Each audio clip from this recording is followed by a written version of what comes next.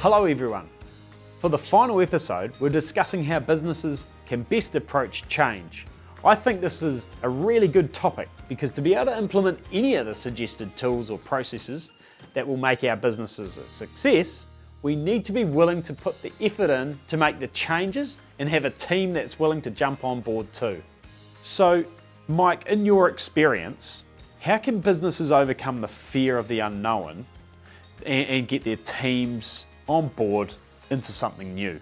Fabulous question, Andy. And actually, one of the incredible things with that is that you can actually use the fear to start the journey. And one of my favorite things to do with businesses is to say to them, what's the worst that could happen if this went wrong? And what would the cost of that be? And use it as a decision making, going, well, is it worth it? Are we prepared to take that level of risk? Because change inherently is risk. And there's a risk management element inside of that. And so what we want to be doing is, for any business considering change, is to look at, well, what are the benefits and what are the risks? And if we can get a business to do that, then we can start the change journey.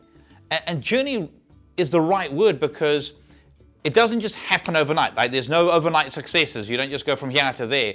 It's actually something that you've got to bring people along with. And one of my favorite models to do this with is a model called ADKARE.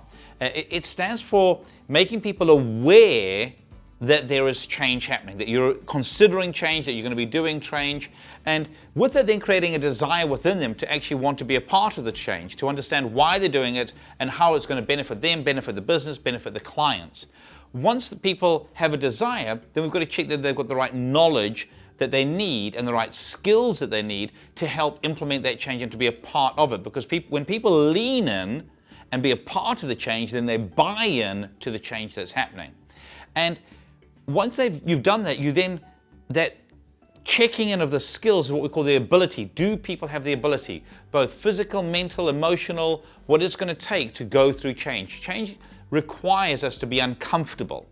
And that's one of the reasons people don't like doing it, is because you step outside of your comfort zone. But as many people know, you only grow outside of your comfort zone. So if you want to grow as a business, you have to get comfortable with being uncomfortable. And so we want to make absolutely sure that businesses are aware that people are going to be uncomfortable, that they're going to be uncomfortable, but that discomfort is part of the growth. You know, whenever there's change, the first bit is really messy and hard, and then the middle keeps being messy before you get the glorious end. You've got to go through the tough stuff. The role of a team leader is to constantly reinforce why it's happening. So ADKARE stands for making people aware of why we need to change, getting the desire from the team around that, giving them the knowledge that they need to have that buy-in and that lean in, making sure they've got the abilities, and then to constantly reinforce the message. It's no good just saying it once. You actually need to continuously encourage and remind people. And so when any organization is considering change, calculate the risk. Is it going to be worth it? And in that calculation, share with the team, get their buy-in. It's really important that when you have decided you're going to change, that you actually start to communicate. We talked about the importance of communication. If you don't communicate and people pick up that there is going to be change, we create a vacuum. And the human mind, if there's a vacuum, it imagines the worst, and we get what we call crucializing, where people imagine the worst is going to happen. And we want to avoid that. So you've decided we need to change, you've taken the risk as management, you've gone, yes, we're going to do that. At the point where you've gone, yes, we're going to make this change, bring the team on board, get them to contribute towards the idea.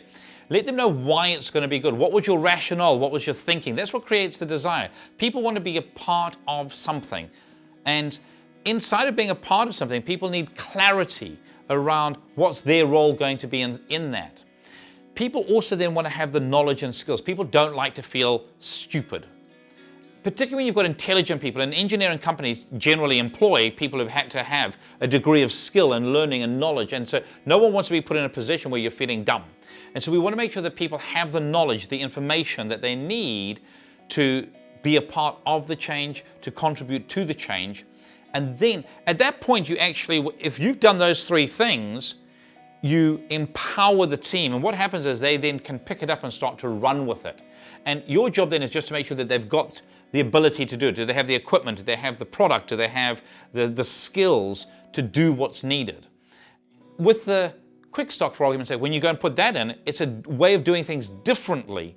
And I know that for yourselves, one of the key things is to make sure that when it goes in, people understand why you're doing it, what the benefits are going to be. It's a really important thing, how it's going to help them in their role, how it's going to help the customer, how it's going to help the profitability of the business.